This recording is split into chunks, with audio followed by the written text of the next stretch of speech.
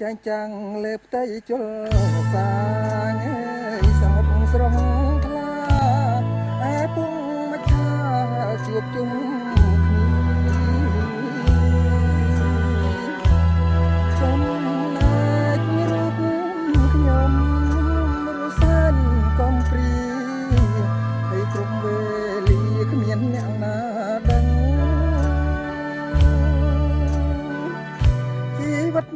រំពឹងនៅលើទូក្តារដល់ខែវស្សា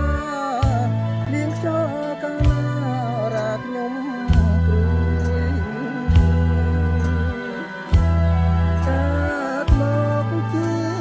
មនុស្សមានជីវិតមួយយប់ថ្ងៃដេកព្រួយខ្លាចខ្សែសងខាពេលទូកចូលផែឃើញតែកាប់ចាំង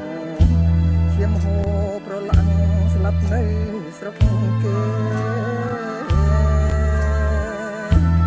ធ្វើជាបងធំមានសល់ໄວទេ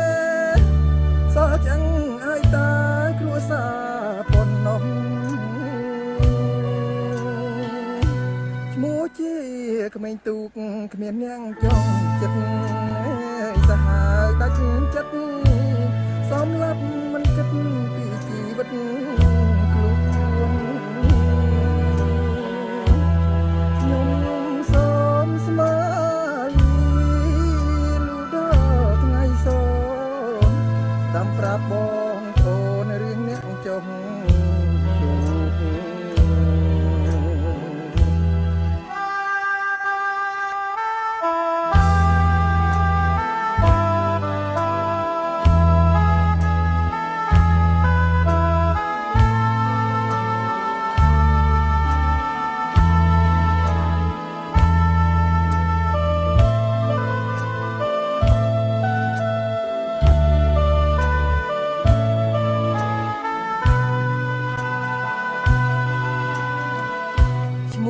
ជា